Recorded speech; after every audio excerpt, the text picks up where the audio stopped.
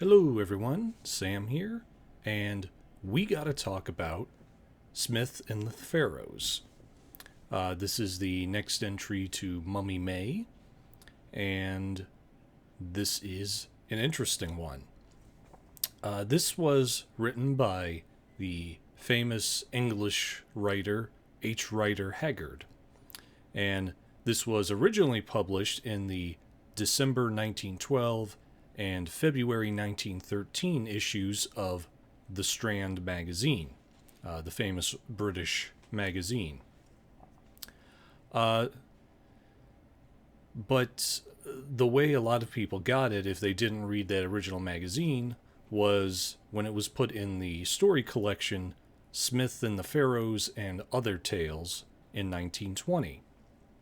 Uh, that had a collection of Smith and the Pharaohs, along with a couple other stories.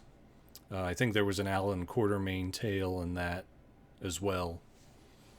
And interestingly, that was the last story collection Haggard released in his lifetime, because it released in 1920 and he passed away in 1925. So everything else from 1920 to 1925 was novels. Interestingly enough, I looked it up. He did not have all that many story collections. Collections that were done in his lifetime, that is. You know, there were post-mortem collections that other people did, but Haggard, I looked it up. Apparently, he only released like 3 to 5 story collections in his time, because most of his output with his fiction were novels. But, yeah.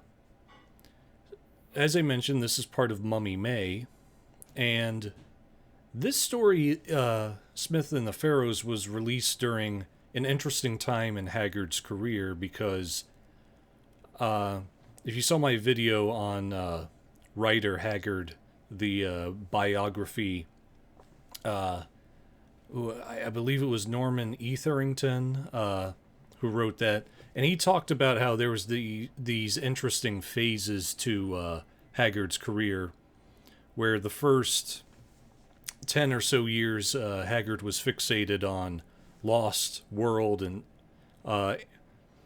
just discovering long lost civilizations, and that was roughly the first 10 years of his output, give or take. And that was stuff like King Solomon's Mines and She, and just this fixation on lost worlds. But around the early 1890s, Haggard had this sort of shift in his writing, where he didn't completely abandon lost worlds, but he did become heavily fixated on historical romances. And he kept going into the past to do new things, and Norman E. Therington theorized that might have been because Haggard felt that most of the world had been discovered by that point, and it was really hard to start making up believable lost civilizations, considering the fact that by the 1890s, most of the world actually had been mapped and topographed, at least on land. You know, the only holdouts were like the North and South Poles. So this story was written during that period when Haggard was sort of still in his ancient civilizations phase. He never really lost it, his fixation with Lost Worlds, but there was this period in his career where he's more focused on ancient civilizations and historic romances. And this was kind of at the tail end of when he was doing these, when he was in that phase of the almost totally historical romances. Because 1912 was the first time in 20 years that he had written another Alan Quatermain story. Because a lot of people are under the impression that Haggard wrote Quatermain stories throughout his life, but there actually was this 20-year gap from, I believe it was about 1892 to 1912, maybe somewhere a little longer. It might be different years, but it was about 20 years where he did not write a single Alan Quatermain story. And I believe it was 1912 when he actually returned to the character. And so Smith and the Pharaohs was released in December of 1912 and February 1913. And this was kind of the end of writer Haggard's his period where he was mostly focused on historical romance. He started getting back into the Lost World elements, and he still dabbled them during that 20-year period, but it was not nearly as frequent as his earlier career. And ancient Egypt during this period of Haggard's career was actually very extensive. He had a lot of novels, latter-day novels that dealt with ancient Egypt. The ones that I know of are Morning Star, Moon of Israel, and Queen of the Dawn. So Smith and the Pharaohs was plentiful ground because Haggard had done a fair amount of ancient Egyptian tales. And though Queen of the Dawn, I believe, came after. Actually, I think Moon of Israel came after too, but there was an ancient Egypt fixation during this period in his career is the main point. Also, this story deals quite heavily with reincarnation, which was another thing Haggard was very obsessed with. He used it a lot in his fiction. So this was a sort of a perfect storm of Haggard's interests of ancient civilizations and reincarnation. And an ancient Egyptian mummy tale is probably one of the best ways to discuss that topic in fiction. As for how I got interested in this, obviously, if you've watched my channel, you know I did the Haggard January reading event. And when I was starting this Mummy May event, I was curious, well, did H. Rider Haggard do any mummy stories? And I knew he had done ancient Egyptian stories, but I was wondering, what about specifically mummy stories? And some resources I found online said, oh yeah, Smith and the Pharaohs deals with a mummy. And so I was like, oh, okay. So that made it perfect for this event. My copy, I don't have a physical copy. I just read this on the Project Gutenberg because they had a copy of Smith and the Pharaohs and Other Tales. And I'll leave a link in the description if anybody wants to check it out there. But yeah, this was a story I was kind of interested in, so I figured why not check it out.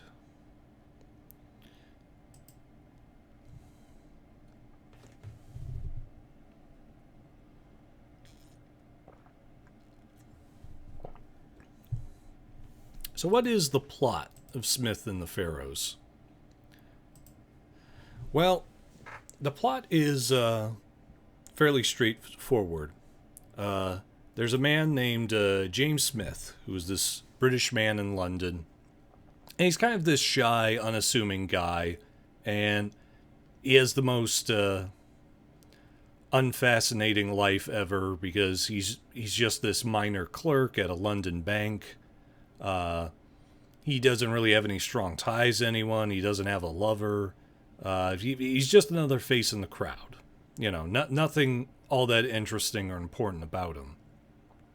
And one day, to get out of the rain, he decides to go into the British Museum, the big national museum of Britain. And while he's there, he wanders into the Egyptian, ancient Egypt section, And he discovers this sculpted bust of an ancient Egyptian queen. And the second he sees her face, he falls in love with her. Because this image is so beautiful that he just gets obsessed with this woman's face. But there's a problem because the authorities of the time don't actually know her name, because this particular sculpture and bust was there, but all the copies that they've made, they, for whatever reason, the name was not on it, so the Egyptologist couldn't copy it. So Smith decides he is going to find this woman and her name, but the only way to do that is to find her tomb. And so Smith decides he's going to find the burial place, and he starts obsessing with Egyptology. He really starts studying it. And after a certain number of years, he finds ways to sneak off to Egypt from his clerk job. I think he says he has bronchitis, and he has to go to Egypt during the winter, because British winters aren't good for bronchitis, but an Egyptian winter is much more manageable. And he goes off to this far off region in Egypt, and he starts looking for this woman's tomb. And so the central theme of the story is he going to find the burial location of this queen? And if he does, will she be okay with him violating her tomb? So that's the essential setup for the story.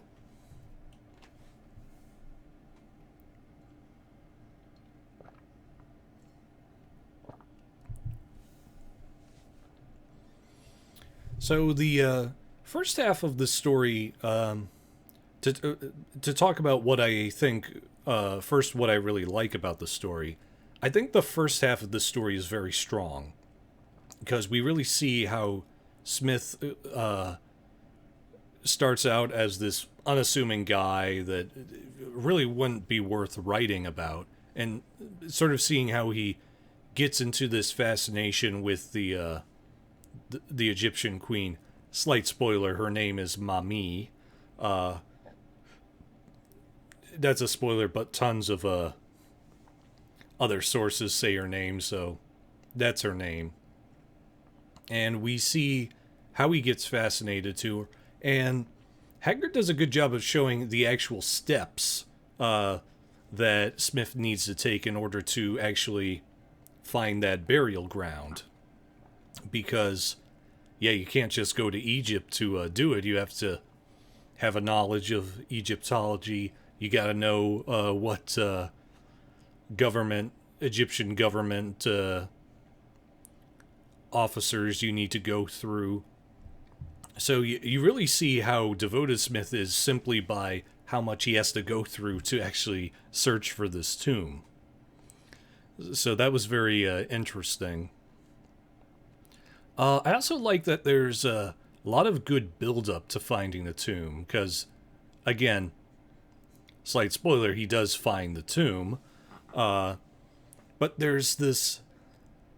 But Haggard does a good job of kind of having both this sense of excitement, but also dread, because Smith, he really wants to find this tomb, but both he and the other diggers working with him are kind of... They're not too sure about this, because some of it is that they are locals who are superstitious about disturbing an ancient queen's tomb.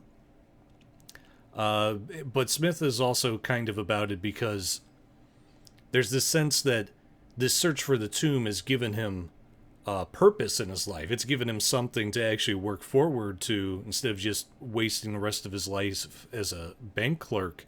And there's this sense that, well, if you find the tomb, what is there going to be left for you? That idea of, like, be careful what you chase after because you might catch it.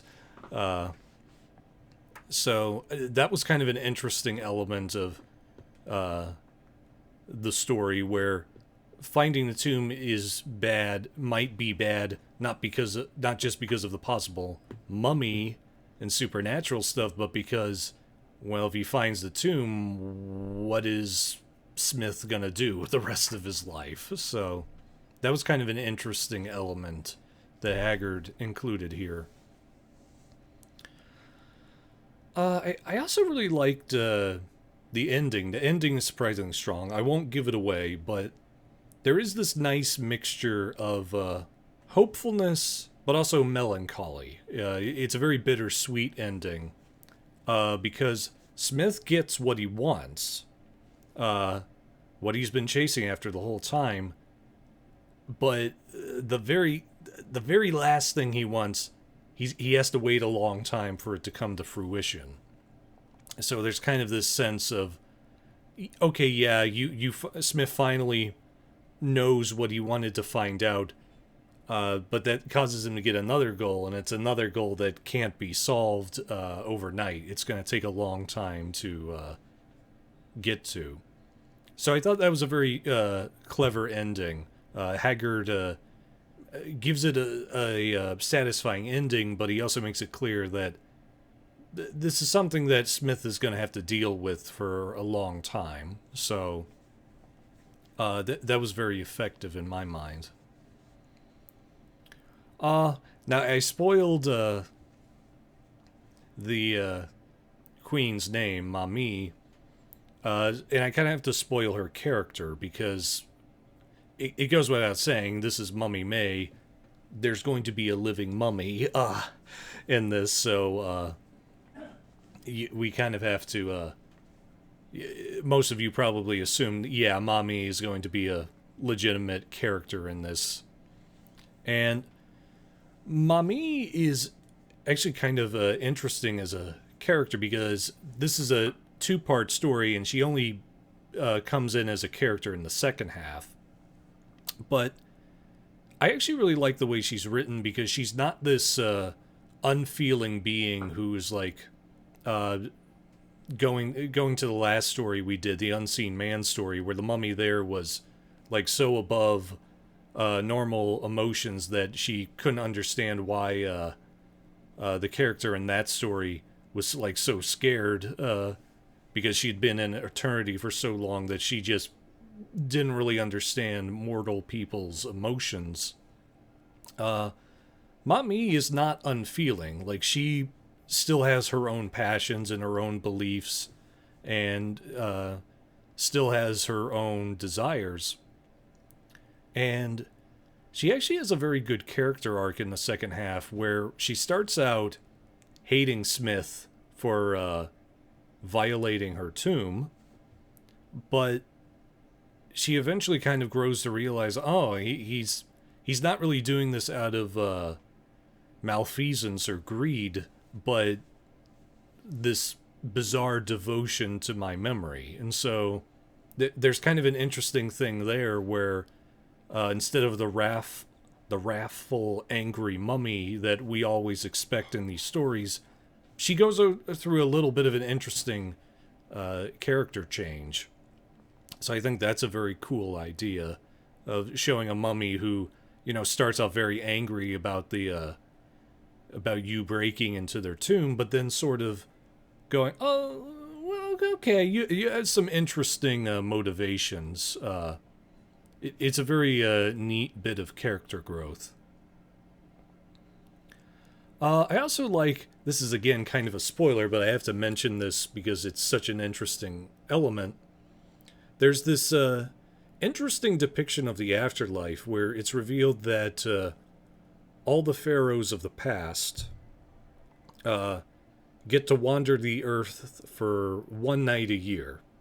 And it's a thing where all the pharaohs are kind of with each other, the men and the women, and all kind of remarking to each other about how, you know, oh, that ruler was cool, this ruler wasn't, but it's kind of like in a thing of like, oh yeah, it's basically a big family reunion, where people have their favorite relatives and they have their not so favorite relatives. But it's kind of an interesting concept, the idea of that, like, oh, the pharaohs, it's essentially like Halloween for them. They get to come back for one day and one night of the year. So that was kind of interesting. Kind of like the last story too. This is a story that's sort of a mixture of a mummy and a ghost story. Because, as I mentioned before, the ghosts of different pharaohs pop up at one point, including Mami. But there is a bit of a mummy element because Mami's mummified hand actually plays an important role in the story. And I think mummies and ghosts just kind of go together well, because they're both kind of the idea of a long dead being who has come back to the living for whatever reason. And I kind of like the ghost story elements in this story. I also like that Haggard has this kind of interesting thing about sort of critiquing tomb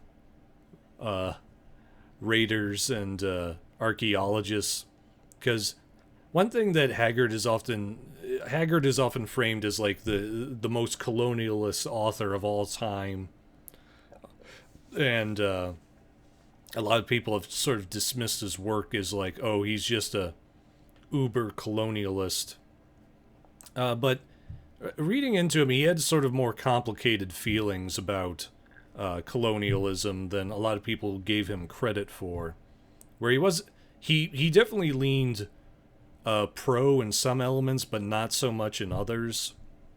And I think he's kind of confusing to a lot of modern day readers because they kind of get this sense that he's pro-colonialist, but he also has these elements that are not as pro-colonialist as people would expect. And I think it kind of confuses some readers. And this story is kind of a big example of that, because in the story, there's sort of this undercurrent that there's not all that much difference between a grave robber and tomb raider than there are from modern archaeologists, because there's this one thing that when Smith finds the tomb, he's supposed to turn over his findings to the local antiquities office, but he doesn't do that. He hides some of Mami's items and her mummified hand, and takes them to the Cairo Museum, which is run by a foreign official, not a local Egyptian. So there's kind of an interesting thing there about, and at one point I mentioned the ghost pharaohs. The ghost pharaohs kind of opine about how angry they are that their bodies have been desecrated, and they don't really see much of a difference between a grave robber who took it for their own benefit and an archaeologist who took their stuff for scientific know-how, but took it all the way to like Paris or London. And there's kind of an interesting thing there about how Haggard seems to be sort of critiquing the idea of like a moral tomb raider. Like there's sort of definitely an element of critique there. So I also, one thing I thought about, and I looked it up just to see if my timeline was correct. There's sort of an interesting subtext to the story, because I mentioned this was done in 1912, but one thing a lot of H. Rider Haggard biographies point out is that Haggard was married, but he had another woman that he had been in love with for several years before he married his wife. a woman named Lily Archer, and Haggard had sort of been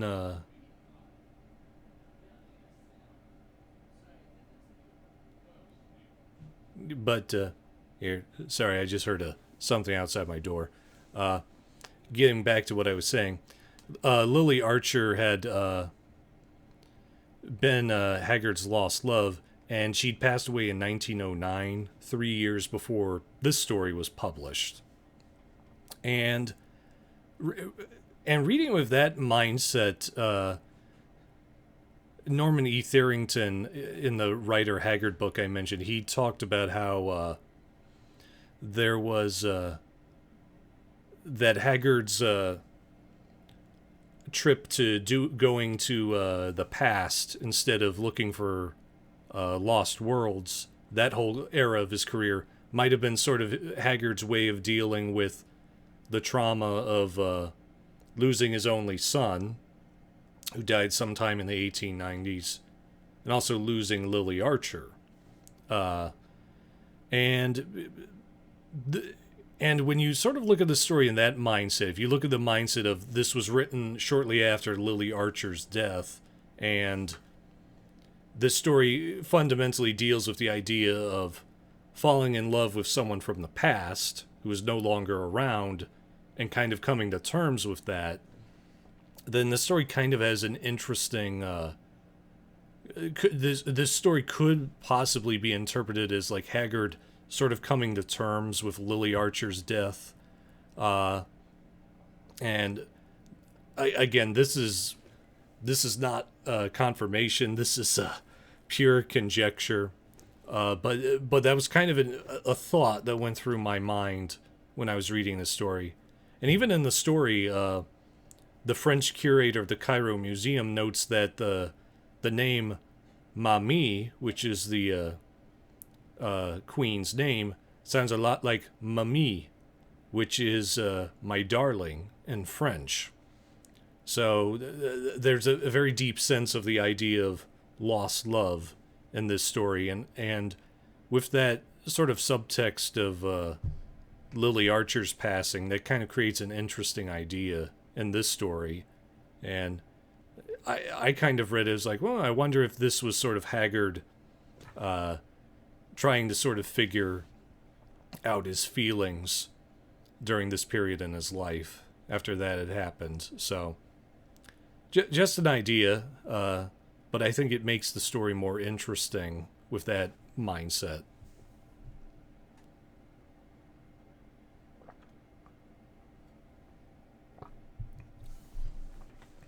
Now I want to talk about what I think doesn't quite work. And this is kind of strange because there's not that many things that don't work in the story, but the things that don't work really kind of drag the story down for me in terms of overall quality.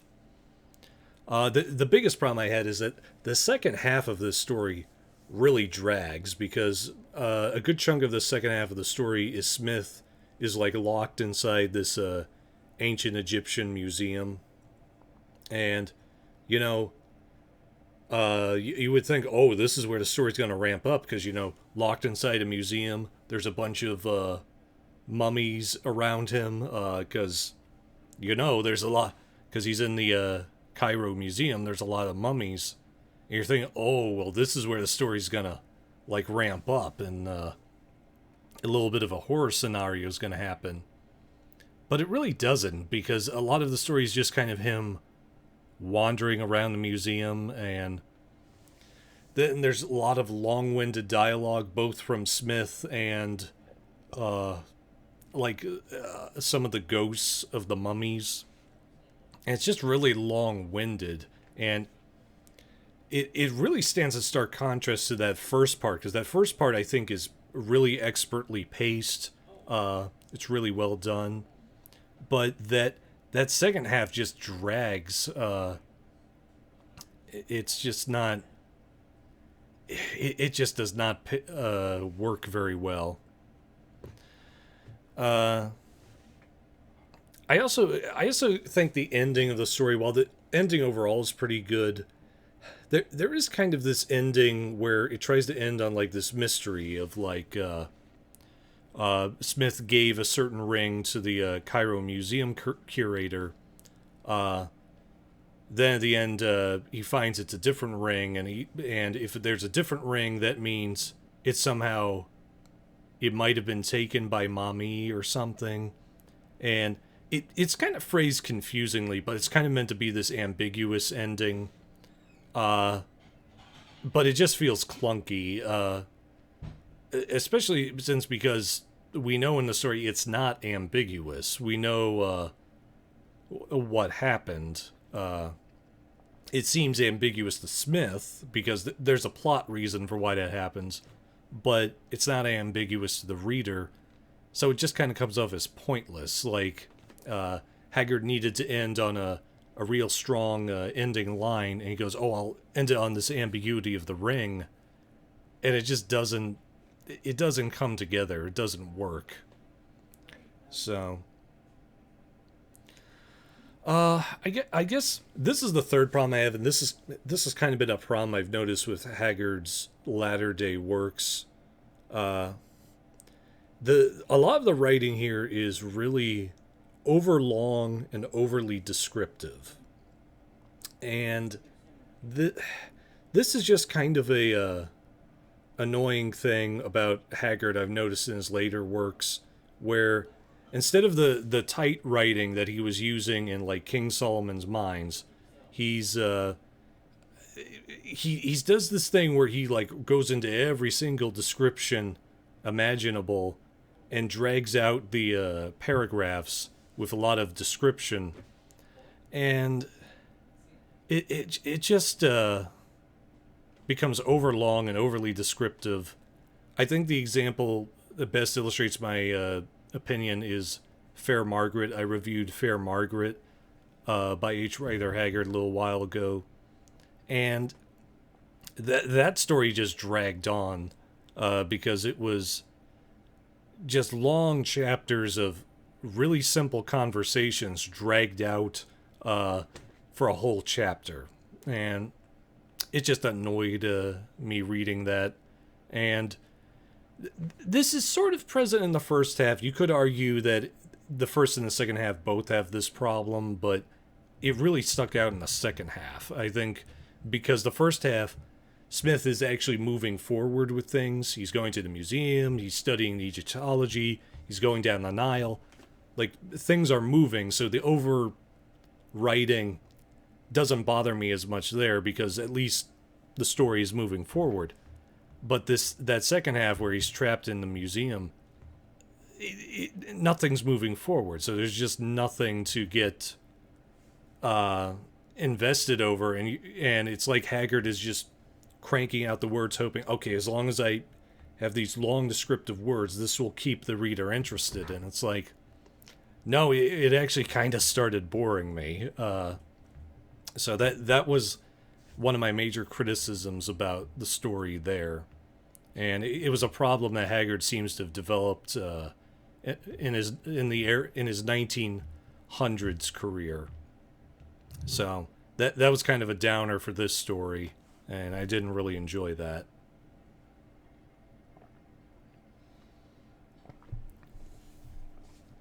So final ranking. This was an interesting decision. I rank on the 5-star system, 0 out of 5 being the worst, 5 out of 5 being the best. And I will say, reading that second half, I was almost tempted to give it a 2 out of 5 stars, because there were a lot of parts where that dragged, and I was going, man, I don't like this story. I like that first half, but this second half is just dragging. But the more I thought about it, the more I said, no, there are enough good things about this story, and the second half is not like skin-peelingly bad, so it's probably more honest to give it a 3 out of 5 stars. And 3 out of 5 stars in my verbiage is a pleasantly average story. It's not stupendous, but it does what it wants to set out to do, and I enjoy it more than I dislike it. Because like I said, that second half is really lagging, and there's a lot of the writing overthrough can be a little overwrought. But I think the story pulls through because Smith and Queen Mummy are pretty good protagonists and characters. And I think the story does really capture that sense of longing for the past and doing everything you can to try and recapture it. So I really like that concept. And I think Haggard does a good job of telling that kind of tale. I would recommend this for Haggard fans. I think a lot of Haggard fans will be interested in this. It's not as much an adventure in the traditional sense of how like Haggard did a lot of adventures, but it does have that exoticism that his works were known to have. And I also think people who are interested in a mummy story that's a little more upbeat, like it doesn't end poorly for anybody in the story, like it doesn't end poorly for the archaeologist and it doesn't end poorly for the mummy, which is a rarity in these stories. If you're interested in that sort of more upbeat sort of mummy story, you might enjoy this. So, yeah, I enjoyed this tale.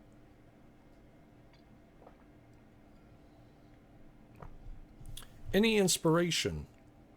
For those that don't know, I am a working writer, and whenever I do these reviews, I like to talk about whether the story I've read has inspired me in any way.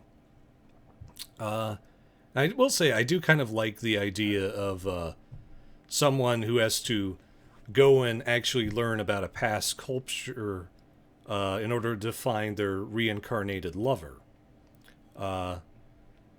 It's kind of a reverse on the thing of like, oh, the reincarnated lovers just cross paths. I really like the idea of like one of the lovers has to actually like really learn about the past culture in order to put two and two together and find their lost lover. So that's kind of an interesting idea I might like broaching at some time. So there's definitely something there.